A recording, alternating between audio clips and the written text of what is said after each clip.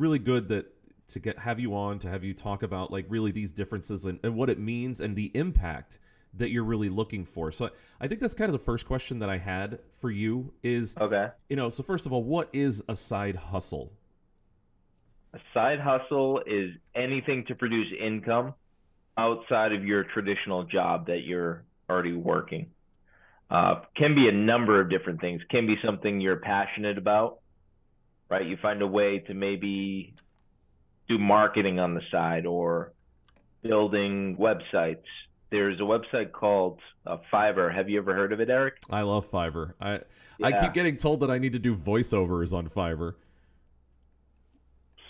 Yeah, so it's really a way to either explore your passion, generate some more income, or I actually knew somebody that moved to the Boston area from a different state. They were actually driving Uber at night to learn the city. They said, Wow. well, I'm bored, might as well make some money. I like that. I like getting paid to do things that I want to do anyway. You could like start a live stream. You could start a live stream. You could do whatever it is you feel like doing, right? It's not you're not bound to I work my job and that's it. That's my only source of making income. There are so many other opportunities that weren't there 10 years ago. So okay, that's I think that's good for people to know like that there is such a thing as a side hustle and that it is something separate from your job. But like I'm just working. I'm already in a business, for instance, or I'm already working at a high level at a job. I'm busy. I've got kids. I've got stuff going on. Like this seems pretty daunting. Like you're saying to monetize a passion, but how do I actually make money? Doing something that I like. Like what does that even look like? Yeah, I mean it could start out as a hobby, right? I had somebody that they worked for a town municipality. They had a pretty demanding schedule. They were doing engineering for the town, but they decided they wanted to pursue something more. So in their nights and weekends, they were doing private surveying. Well, that company went from nights and weekends one year to now full-time job and just hired 5 additional employees within a 5-year span.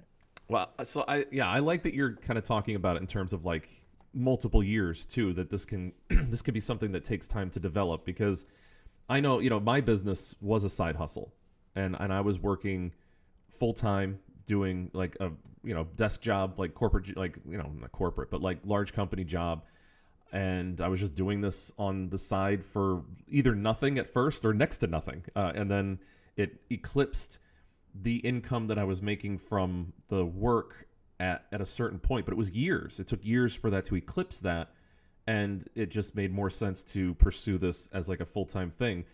So not to jump ahead too much because I do want to talk about when your side hustle becomes your main hustle, and then what do you do for a side hustle? But yeah, so as a first step process, because I think a lot of people kind of think of this as, man, I need to be making $200 a week, or else it's not worth it, or I need to be really making money right away. Like this has to be starting for me, or else it's not worth it. And you're kind of speaking more to that this can be something small you're doing on the side. At what point do you kind of realize that there's a monetization, like that there is this potential to be making money doing something that you care about? You talked about an example of like surveying, but what about something like a craft, for instance? Like what if I'm really good at crochet, I just like it, it's fun, and I've been doing it, just handing out blankets or handing out like slippers or handing out mittens for family. Right. At what point do you realize like, oh, I should probably monetize this? Well, I'll give you an example of my own household. My wife started making candles 2.5 years ago in the house where she wanted to make those for herself, and now it's turned into a business. Really, it's in the early stages of becoming a business, and we have 3 kids, 5 and under. So having time, there's not a lot of it, but it's something she was passionate about and wanted to do. So she finds time to do it Does where she she can sneak it in because she's creative. That's what total she likes to do. side Like, what are question you on that? what are you doing with your spare time is the real question. Does she make leather or tobacco scented candles? She actually does have a tobacco scented candle. We're gonna have to talk about this. That's like my favorite smelling candle, so we're gonna have to discuss this later. Yeah, Yeah. sandalwood and tobacco. Yes. Oh, woman after my own heart. Yes. Probably right up your alley. Yeah, exactly. I could picture 3 of them being right here in the studio. So that's and I think that's a great example of like that people are interested in purchasing things that you might be doing and you may have no idea. Right. Obviously, there's some value to it, but whether it's you really like sports, you like talking about sports, right?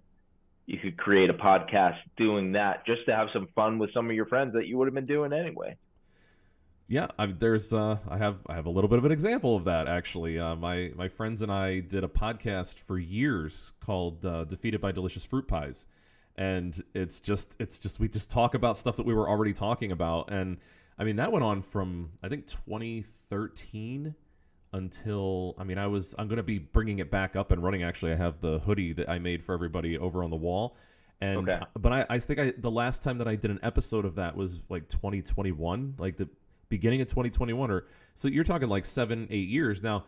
That didn't become monetized really at all. It actually just cost me money, but it's fun to do. So I guess that's another one of my questions is when do you cut bait? You know, like if you're doing things that you're passionate about but you're not really making money on it, like at what point do you decide like maybe I should try something else as a side hustle? You don't necessarily even have to set out to start making money with that. I think it comes down to your personal financial picture, right? It really comes down to what's coming in the door for you, what are you spending, and what's the difference between those two. And if you're still achieving your goals, does it necessarily have to make money? No. But maybe you want it to. So let's shift gears a little bit then and talk about that. So like we talked about the passion piece of it, which I obviously agree with. I just do things for fun because I like doing things for fun.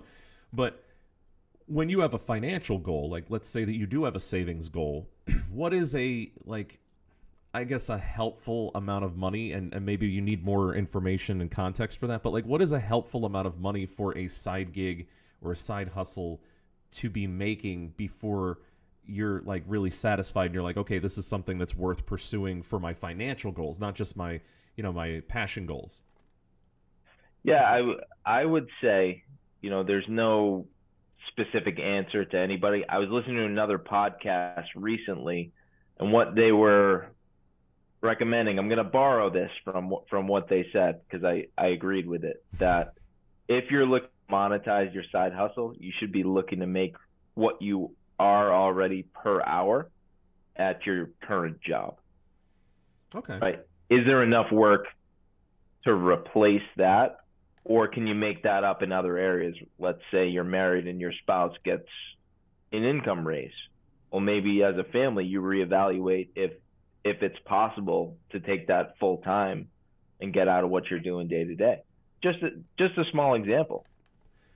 So yeah, no, I like that. I like the idea that it's the hourly rate. I think that makes sense, and I think that was how I looked at it originally when I was working. I mean, we're talking back in 2010, and my hourly rate was much lower, so it made a lot of sense to pursue this at almost any dollar amount because my hourly wasn't much better than minimum wage. So it was, looking at that, I was like, well, that's pretty easy. If I'm doing this for 10 hours a week, then I'm obviously doing better, and it's really starting to stack some cheese. But what about the dispassionate side hustle? Like the the 10 hours a week you work at a store or the whatever that you do just to kind of there's a set amount of money. Is there value to doing that, or would you recommend not doing something like that? I think there's value if you have the end in mind, right? If you want to purchase something or you want to eliminate debt and I need to work X number of hours and there's a countdown and I've changed my lifestyle, I'm not going to be there again, and it's going to help me achieve something I want to achieve, then that's completely different. You're driven to do something. Okay, so I wasn't stupid for doing a side gig of GameStop when I was working a corporate job. Dude, I couldn't beat the discount. I think I saved more money than I made. Well, that was gonna be my follow-up question. Were you also sampling some of the games? Yes. Well, the problem is that I had like two nephews and four kids that wanted to all partake in video games and consoles and things. So it was a fixed purchase amount that was going to happen on holidays and birthdays. So it ended up really being a larger savings than any amount of money I was making at the job itself.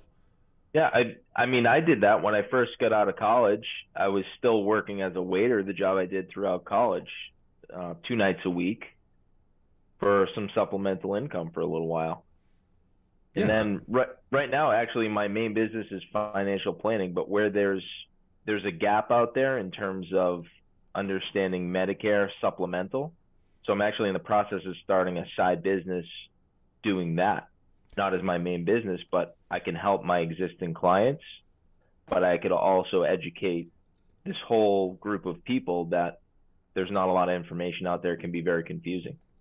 I mean, I think that whole world is confusing. So I think that's an interesting segue, and it seems natural. So can you talk a little bit about that? Because I know that you and I have talked individually, like privately, about this, and that this is an area of passion for you.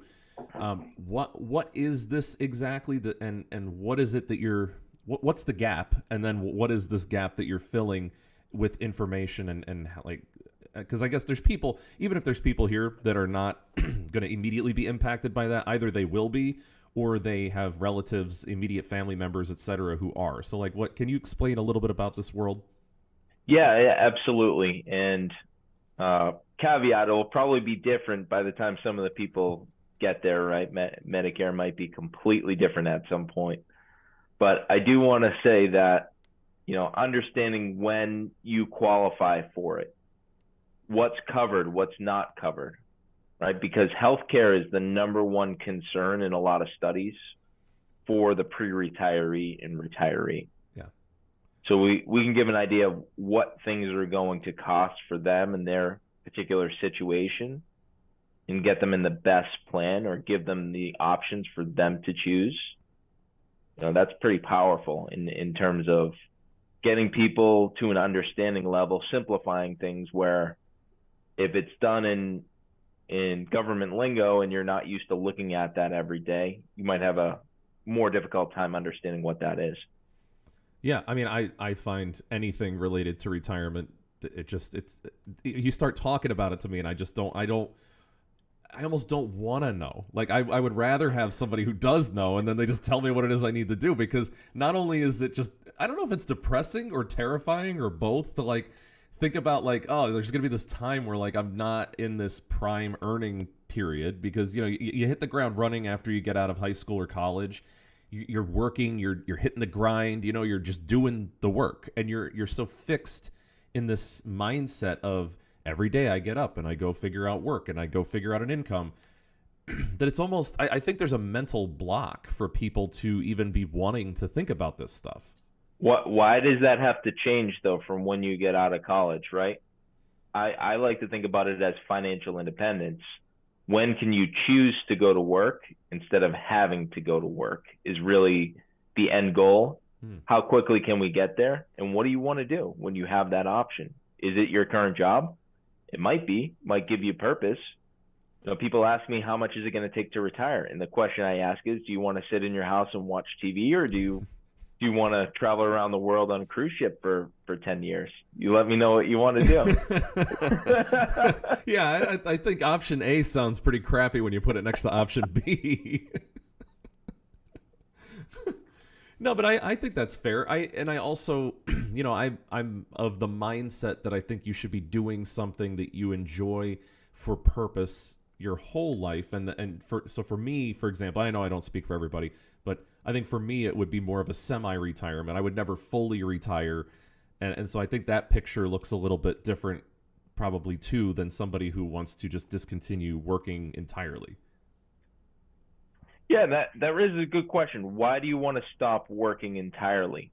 What do you plan on doing? I think that's a bigger discussion, really, because is it you're just not passionate about the work you're doing, or is there something you really want to do when you don't have to work any longer? And why do you have to put it off? Why can't there be a balance between the two? Why can't you take a vacation and accomplish some of the things you want to accomplish, or move where you want to live? Yeah, What's I mean, preventing you from doing those things? I've had this conversation with many clients. I had a client who ran dealerships, car dealerships in the South, and she just wanted to stop because her whole life she just lived and breathed running these things, and it wasn't fun. I mean, it's not like it was a passion project for her to run dealerships. It's very lucrative. Extremely lucrative. She was extremely lucrative, but she was fairly getting up there. She was in her 70s and 80s when she was like, yeah, well, I kind of want to just get done with everything. And in her mind, retirement meant being able to spend more time with the great grandkids and just being more available to kind of not be doing what she had been doing for 60 years, which was something completely dispassionate, but like you said, lucrative. Like, so it never made sense to her to not do that thing. There was never going to be, oh, well, I'm working 90 hours a week, but let me do 10 hours a week of something that I like, and then I'll semi-retire and do that. She was just, nose to the grindstone her whole life. So in her position, she just envisioned paradise was not working anymore. It was just literally like just not doing that anymore. So there's a lot of confusion out there about income and net worth, the difference between the two. I actually just put a video up about this yesterday. So income's what you make from your living, right? Yep. Your employer, you pay yourself as a business. That's earned income. Passive income would be from investments, right? From real estate, from stocks, where you don't actually have to go out and earn that. Now, net worth is not what you make, it's what you keep. It's your assets. It's the equity in your home. It's the equity in your investments that you have. And then you subtract anything you owe, like debts, mortgages, anything you're obligated to. So really, net worth, all it is, it's your assets minus what you owe. That's your net worth. And that's the number you should really pay attention to, because I don't know her situation, but did she need that income every year, that high amount, to maintain that lifestyle? No, not at all. She didn't. I mean, her kids and her grandkids were even saying that she could have stopped working 20 years prior. What do you think it was that kept her going then? A lot of it I think had to do with her past, and her parents were extremely poor, and so they never had anything. And so in her mind, if she wasn't earning an income, she was going to lose everything. It was a very she lived like kind of partway through the Depression with her parents, and so there was a lot of mental blocks for her. And unfortunately, by the time I talked to her, like I said, she was in her 80s. She had been thinking about this since her 70s, and she never got to retire. She literally, by the time she even started to think about pulling out of it, it was pretty much done. She unfortunately passed about 3 months after I'd started talking to her. And, Sure.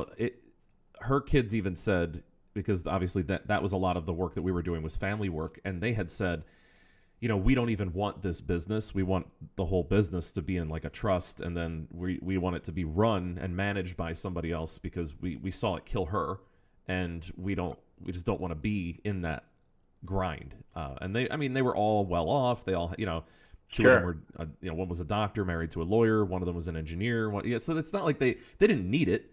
They didn't need the business, and like what you said about net worth, her net worth was quite high, and she did have an estate, and she did have that all planned out. So, it really, the two things that I thought stuck out from that is, one, in her head, for years and years and years, retirement was the goal, but every one of her kids and grandkids agreed that if she wasn't working, she would have died a lot earlier, because she wouldn't have had any reason to be getting up in the morning. I mean, she was sharp, she was spry. She was like on it. She knew what was going on, but she had the same day every day, 7 days a week. So her routine and her work really kept her going and being, well kept, like hygiene and like staying mentally intact, all that stuff, which I do think also plays a part in people retiring. I mean, I see this a lot, that people retire and then a couple years later I find out that they pass, and I don't think that's a coincidence. I mean, somewhat, I guess, like, people retire at an older age, but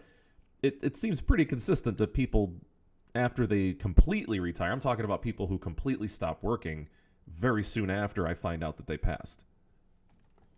Yeah, I don't think that's uncommon, right? Work sometimes brings purpose if you don't have anything to replace that. Even That dispassionate work. yeah. It, in that example, that sounds like an extreme, but it happened. Yeah. So do you, when you're talking to people about like, retirement, their future and things like that, do you kind of like, do you discuss it all? Like, hey, are you sure you don't want to work at all? I bring that up. I really do because there's an understanding financially, and then there's the personal side of the plan. Like, where are you going to spend your time? What are you going to be doing? Because if you golf once a year, to say you're going to golf every single day, that doesn't really add up. It's so funny that you mentioned that because I have a guy he's retiring. I mean, he's done very well for himself, and he golfed like a couple times, and he bought himself this membership to a golf club. And I'm talking to him like, dude, like, how much do you golf? He goes, well, I've done it a couple times. And I'm like, why? How much is this membership? He's like, well, I think it's like 100,000 to start, and then like I'm on a 2-year waiting list. So by the time I retire, it's gonna be perfect. I'll be able to get back in. I was like, so by day 2 of retirement, you have eclipsed your entire career of golfing. Like, then what do you do day 3? He's just like, I don't know. I just figured that's what people do when they retire is they golf. He had no idea why he even did it. I was like, I think maybe you should get your deposit back. Yeah, I mean, my mom she's almost 70. She's a teacher. She's got her pension. She says, "Well, what am I going to do if I retire?" So she keeps going. Yeah. She says, "Maybe I'll retire at some point, but I don't think it's going to happen." Well, and is there anything wrong with that? I mean, do you have to retire? Nobody's forcing you to. You may have, for health reasons, you can't any longer at some point, right? That's just the reality of it. But nobody in most situations, can't say all, is forcing you to stop. So when you're doing that sort of financial advice, because I hear you, what you're talking about with your health, like people often just can't do what they want to do. My dad was in banking all the way up until he literally could not do it anymore because he had an issue with his vision. He already is, I think, about 85-90% deaf. I think one of his ears is like 99 and the other one is pretty close. Okay. But he was still working even through that. But then when he has this type of blindness where when he's looking at a screen, he has this sort of blind spot that goes around. It's not just floaters, like as he does have floaters, but the blind spot gets so bad that if he's looking at a computer screen for more than like 30 minutes, he literally can't see the letters or numbers. And as you probably imagine in banking, you can't be off by a number when you're looking at it. So you get somebody's routing number wrong, and all of a sudden $250,000 is deposited into their account. Well, that's a big problem. So, and he's doing multi-million, $100 million accounts. These are not the kind of mistakes that you want to make. So he was kind of forced to get out of the banking world because of that vision problem. So I think that's also kind of word to the wise because he's quite young. He was, I think, 63 or 64 when he had to get out of the workforce, and he had no intention of getting out of the workforce. He is a workhorse. He is that guy. Like, he just wants to keep going and going and going. I mean, he's crazy. He does more work than most people I know that are my age. So, I think it is important, though, to talk to you, even if you have no plan to retire, because I think that there are medical things that come up where sometimes you just don't have a choice. Well, 100%. That's why the insurance industry exists, not only for home and auto, but your ability to earn income in the form of disability insurance for a lot of people to replace that income, or life insurance, right? It's to protect your loved ones and your income in both cases. Nobody likes to think about it. I don't like to think about it. It's one of the worst conversations that I have. Yeah. I read in a book, and I started to use this one. I liken it to when I'm going to have the sex talk with my children.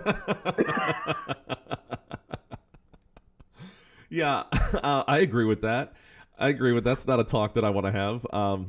It's funny. I just was listening to a presentation from a guy who does life insurance and long term disability insurance. Yeah.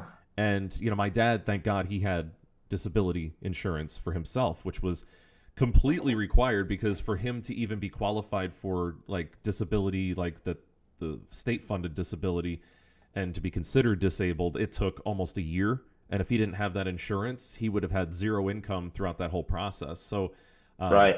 And this guy, he was actually, I think he was on Joe Cunningham. He was on the chat earlier, and he was doing a great job. He was talking about like the idea of disability, and you don't know when you're not going to be able to earn your income anymore.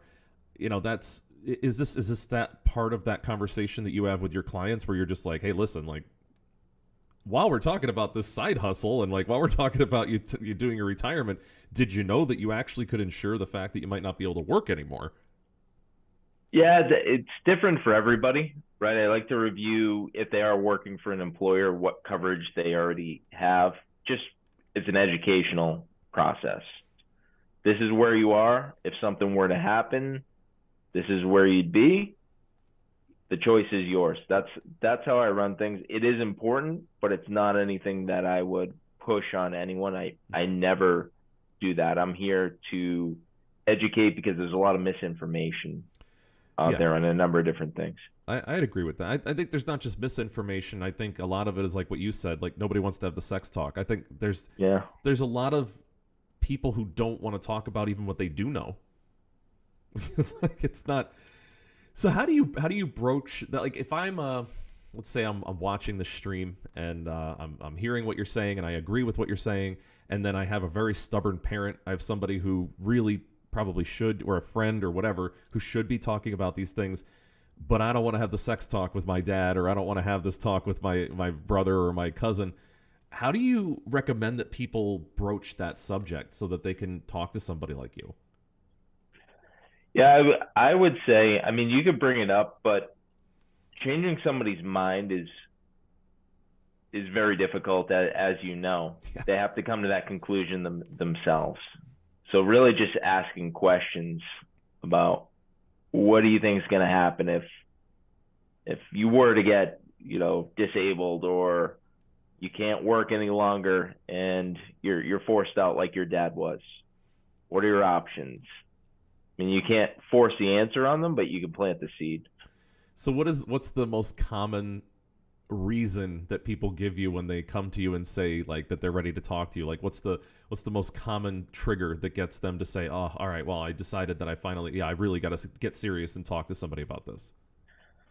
There's a couple different ones. Typically, you get people who are younger that change jobs. They've got an increase in income where if you don't tell that income where to go, it will find a place to be spent. It's called Parkinson's law. It's just like if you had a month to complete a project or 2 days, if you have the choice, that month is going to take all of that job. You're going to spend that whole month to do the job. But if you had 2 days, you'd probably get it done. Same thing happens with money. So it's just you got to give it direction, purpose, where to go. And then the other big one is as you're approaching those retirement years, maybe kids are out of the house, things are starting to slow down, you've accumulated some money and said, okay, now I've spent all these years accumulating this money. How do I live off of this the rest of my life? When should I take Social Security? What are my options for health care? And they don't know how to answer that. There's a lot of uncertainty around it. And I think that's why it gets put off for so long. Yeah. I don't want to think about it. But in reality, the earlier you start thinking about it, the more options you may give yourself. Yeah, no, I think that's absolutely true. And obviously, it's the earlier the better, right? Like so the earlier that you're having this conversation with somebody like you, the better. But is it ever too late? In other words, like, is it ever like, well, I'm already 60, I'm already 55. Like, I guess I already missed my window. There's no point in talking to Patrick. So I wouldn't say that's true. So I do read and listen to a lot of books. I don't know if you've heard of Jim Rohn. He was a great motivational speaker. He was saying a lot of the great fortunes were actually made after age 50. Dave Thomas, Yep, he's a famous exactly. example. There are a lot of famous examples that you've accumulated so much knowledge throughout your life that there's still opportunities for you. And the old saying is the best time to plant a tree was 20 years ago. Yep. Second best time is today. It's not going to get any better if you keep putting it off. It's Nice. it's like an injury that you have that you just hope heals and it's still there a couple months later. Oh my God! I just read an article this morning. There was a woman who had this cough. She goes to the doctor. They give her cough syrup or cough medicine, and she had lung cancer. And they just assumed that it was just going to go away because she was like 29, and it turned out she had lung cancer, and so it didn't go away. Not to bury the lead, but the cough didn't go away. She had to get it treated. But yeah, I think that is really good for people to hear. I do work with a lot of people in various age groups, and I work with people who are very, very young. And so it's hard to make that feel like it's pressing. It's hard to make it feel like it's probably the time is now because you're going to get the most bang for your buck planning your Right. finances. And then I have people shifting on the other side where empty nesters. I just had a 64-year-old woman contact me yesterday, or no, this morning, saying, I don't know what I want to be when I grow up, and my kids are all out of the house, and so it's hard to shift her mentality to, hey, financial planning is probably a good idea because you haven't really done it your whole life. So I thank you for kind of giving that that saying. I think that's important for people to hear, and also, the way I always look at it is people who come on to here and people who are in the community here, they've heard me for a long time talk about a lot of thinking ahead, being intentional, living on purpose, but it's the people they know. That's why I always ask people for tools and like, what do you say to somebody, and what's the most, the pain point that you think makes the most sense for people, because I know that the people who are listening to this or watching this, they agree, and they're probably going to talk to somebody like you if they haven't already, but it's the people they need to talk to because they know should also go talk to somebody. So I think that's the most valuable thing for this audience, is to kind of have those things, those sayings, those things to tell people that they're like, yeah, okay, so yeah, you should have done it 20 years ago, but now is also the best and only time that you have, considering option A is 20 years ago. So that's really helpful. I don't want to keep you forever because I know it's like 9 o'clock. I did There's a lot of things obviously that I want to go over with you, and I hope to have you on regularly, if not like semi-regularly, because I think these things evolve and they change and they develop. I'd love to get into more specifics about, like I have an article that I wanted to go over about the FAFSA and how it's changing in 2023 to 2024. So Mm-hmm. there's a lot of stuff. Obviously, I could talk to you for hours and hours about all this stuff. But and you can feel free to stay on too, by the way. I'm going to go into my article Yeah. reviews and hang out here for a little bit Yeah. longer. But where can people reach you? You said you had a video. I'll put your information also in the description when this comes out as a VOD, as a video, and I'll probably Sure. do a couple clips. But where can people find you? Yeah. So a couple different places. You could find me on LinkedIn. I'll send you that over. Uh, the website lsginvestments.com. So LSG for Life Solutions Group Investments.com. And my email is pclark@lsginvestments.com. And I did want to say, I am not an expert in every area of financial planning. Mm-hmm. Think of a financial planner as the quarterback. I have a lot of knowledge in a lot of different areas. But actually, I work with somebody else. I partner with someone else who's an expert on choosing the right college for the right student at the right price that I'd like to introduce you to. Oh yeah, absolutely. Do you think they would And want to come online and do an interview? yeah, I think he'd be open to coming on online too. Where I would come in is, how do you balance paying for college but preparing for financial independence at the same time, right? Because you can borrow for one, you can't borrow for the other. I was gonna say, and honestly, looking at college prices and things like that, if a lot of families, that's pretty daunting to be like, oh, and also retire. While you're at putting away $500,000 for your kids, you should also retire. Yeah, exactly. It's different for everybody, but I like what you said before, that going to college, where our generation, that was really pushed. Yeah. And now there's kind of this gap in skilled labor. Plumbers, electricians, carpenters they're in such high demand right now. But Yeah. I don't want to steal more of your time. I know you have things to get to, and we could talk about this for hours. But Yes. thanks for having me on. I Yeah, appreciate absolutely. it. Thank you for being on here, Patrick Clark. Thank you, and obviously, you're more than welcome to always come back on here. And you guys, I put the website and the email address for you to contact him if you want to talk to him further, and it will be up if you're watching this not live. Then it's in the description. So, thank you very much for coming on, and I'm sure, obviously, we'll talk offline too. Sounds great. All right, thanks, Eric. No problem. All right, bye. All right, so that was very fun. I love this guy. He is very cool. Let's see if we can get my microphone working. All right. So I have some articles that I want to go over still with you guys, if you don't mind. And we will check that out right now. I did want to kind of get his advice and some information on what he thought about these things, but it's okay. I understand. All right, so. Oh, by the way, guys. Right? Like, didn't he had a lot of good information, right? Like, I think that was helpful. Let me know if you think so too, and if you want to have him on more, and we can talk about having him on and having more guests like that. I just think that it's better to bring value to like these streams, and I'm going to try to have Thursdays be for guests. So I'd love to have Patrick on more often. I think that we scratched the surface on a lot of things that really there's so much more. There really is so much more to talk about in terms of financial health and wellness. It's very difficult to go through all that at once. So thank you guys for hanging out with us for this. I do have some articles to talk about, the first one of which is back to school costs are skyrocketing. Here's how to cut costs on supplies and beat inflation. So if you were watching yesterday, we talked about inflation and how it's not getting worse.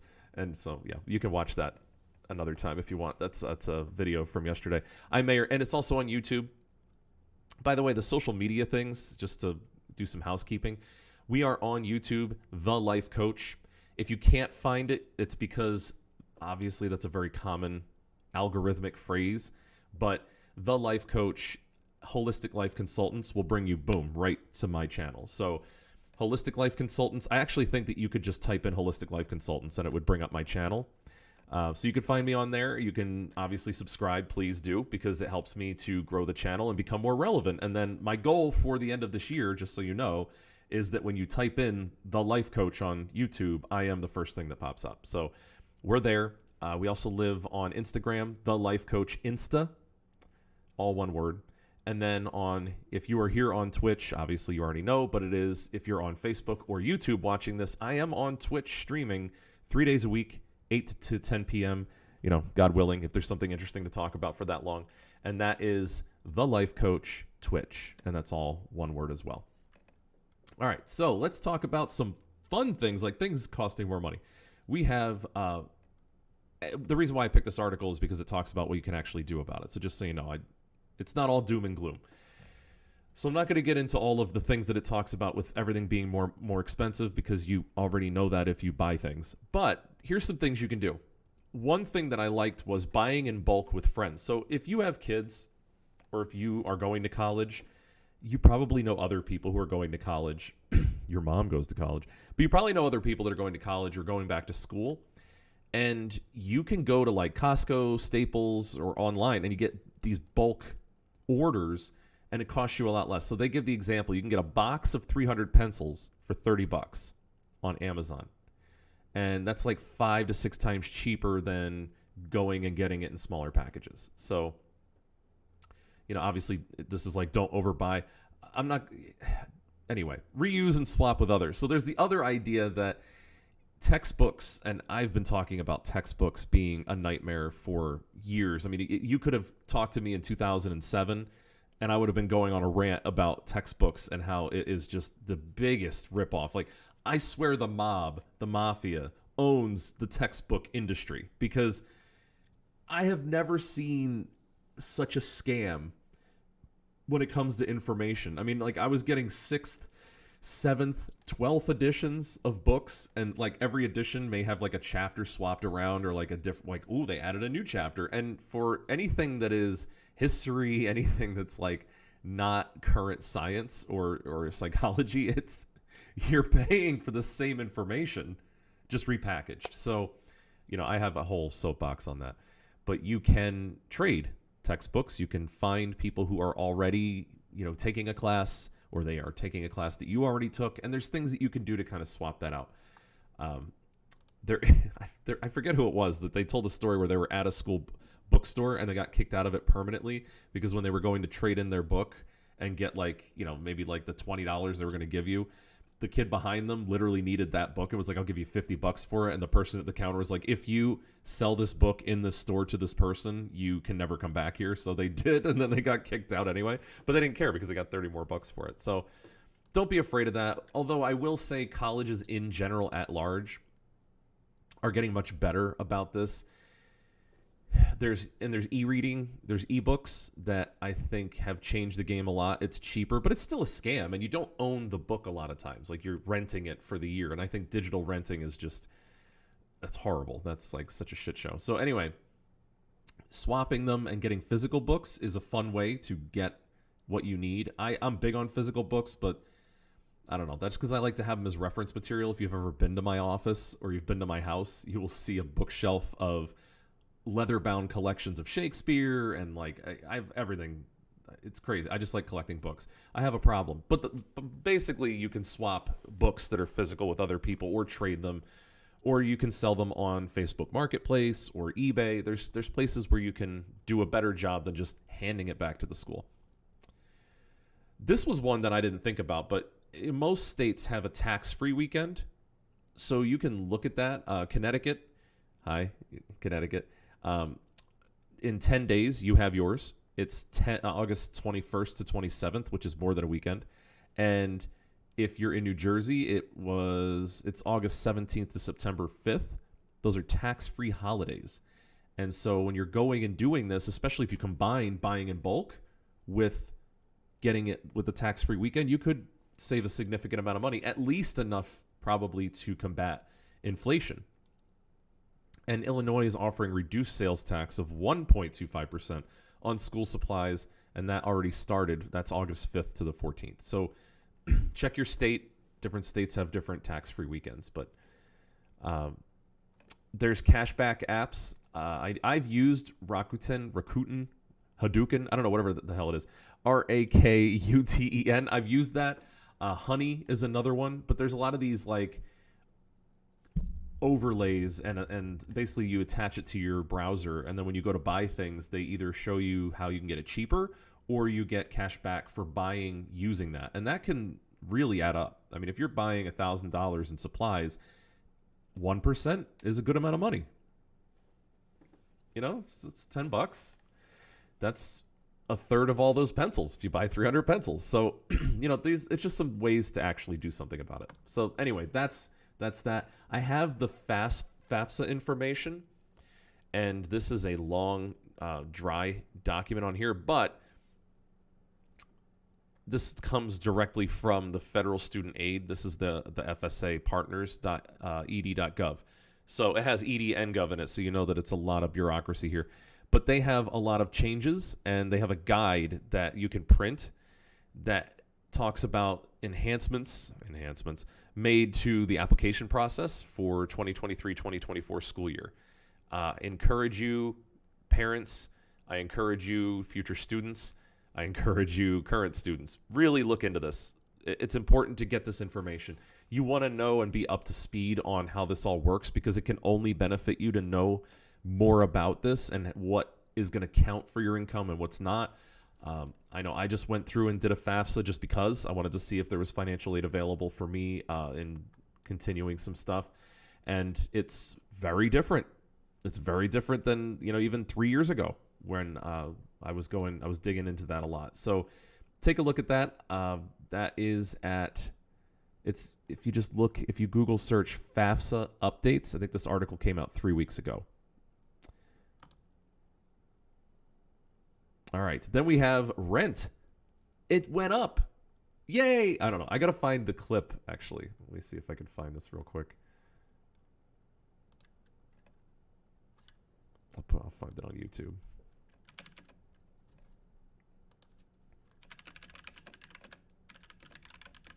This guy's like my favorite guy.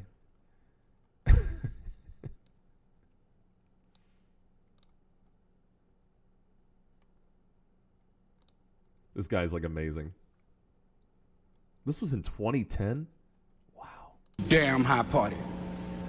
Hold on. Here we go. I hope I don't get hit with copyright. I represent the rent is too damn high party. People are working 8 hours a day and 40 hours a week, and some a third job. Women can't afford to take care of their children, feed their children breakfast, lunch, and dinner. Remember, this guy's talking about this in 2010. My main job is to provide a roof over your head, food on the table, and money in your pocket. This is politics as usual.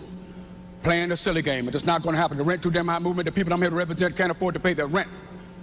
They're being laid off right now as I speak. Look at this. They can't eat breakfast, The lunch, or rent dinner. is too damn high party. Someone's stomach, child's stomach just growled. Did you hear it? Gotta listen like me. Okay, Let's Mr. talk McMillan. about the issue. Mr. People can't This afford was to at pay a their real rent. 30 Stop. seconds for you, sir. Rent is too damn high. See, there's your boy, Governor Cuomo. But yeah, this guy, he ran, and he was the rent is too damn high party, and he just like had to throw that out there at the end. The rent is too damn high. So that was 12 years ago. And anytime I hear anything about rent going up, I just think about that guy. He's amazing. So we have an article talking about skyrocketing rents.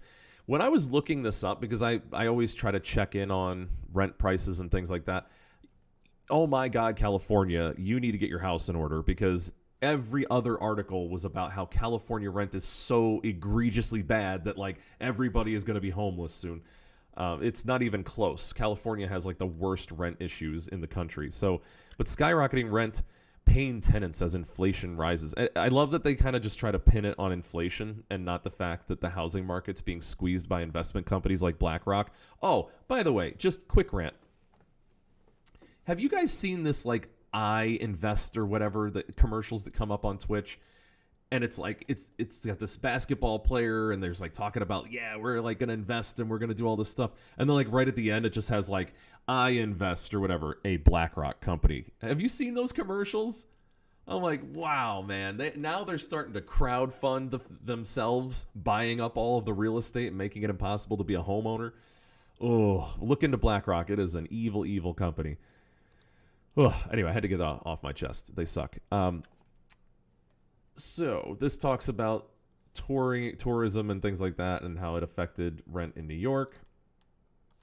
But as of June, this is this year, U.S. rents had climbed 14.1% above where they stood a year prior. So rent has gone up 14% from last year. Last year, rent sucked. So this is a staggering increase, but a deceleration from the sky-high rate of 17.8% at the outset of 2022. So it was even worse. So, people, I have had tenants and I've rented out houses for almost 20 years. And I still remember, like, every time I put up a rent amount, people are like, wow, like, why is this so much money? I'm like, look around, look at the market. I'm catching up. I'm always behind. Like, my rent is always a little bit lower than the current trend and the current rent, and it's still high. And if you look at the consumer price index, it stood at 9.1% last month, and that's up from 8.6 in May. The cost of everything's going up, but the cost of living somewhere is going up significantly. So again, I'm big on solutions. What are we going to do about that? Well, you can look at your lease and see if you can stay in it a little bit longer and lock in a lower rate. It doesn't hurt. I mean, there is a certain point where you look at rent versus owning, and even though BlackRock is buying up all of these properties, maybe your rent's high enough where you're like, hey, maybe I qualify for a mortgage and I could just buy a house. And maybe you want to, again, I'm not giving financial advice because that Patrick already left and he would kill me. So, yeah, but what I did is I bought a property that I could live in and rent out. So I was getting paid to live there for a while, which was extremely valuable in the beginning of my career because God knows I was making nothing in psychology in the beginning of my career. So there's things that you could be doing, and maybe this is the time to take a look at it and be like, maybe we buy. Maybe we don't rent. Maybe we buy. So those are some things to kind of consider there too. And last but not least, because I like to end on a positive note, we're going to get rid of that. We're going to get rid of this. And we are going to the most important article of the day. Ouija Shark 2 trailer previews ridiculous shark movie sequel. I didn't even know Ouija Shark 1 existed. So we're going to watch the trailer. And, if it kills me on the copyright, it kills me on the copyright. But we got to watch this trailer. I got to find... Here we go. Look at this. I mean, look at this. You might have some doom and gloom in the world. The price of things might be going up. But, my friends, Ouija Shark 2 is coming out. Get ready for it. It's going to be a banger. Look at this.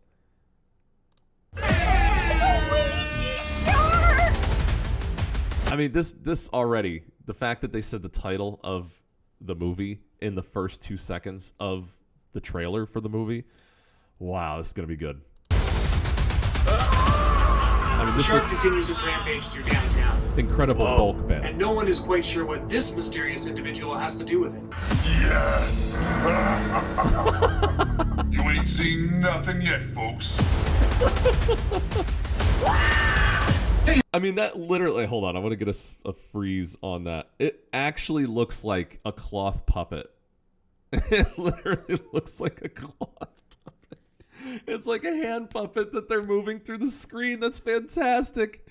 Oh, man, this is really bad. This is seriously like incredible bulk territory. This is... If this doesn't brighten your Thursday, I don't know what's gonna. Hey, you see a huge shark is wrecking the city? He's using a Ouija board to control the shark. Like you do. You better get moving. From this moment forward, we're Tarot Force! I knew it! Ooh. We're all counting on you. Tarot Gator. What? Tarot Gator. I want you to remember this in your dreams tonight. Somebody said Tarot Gator. I'm here for the shark. I'm here for the shark too. Oh God, he's got laser eyes. Let's finish this. Ouija Shark 2.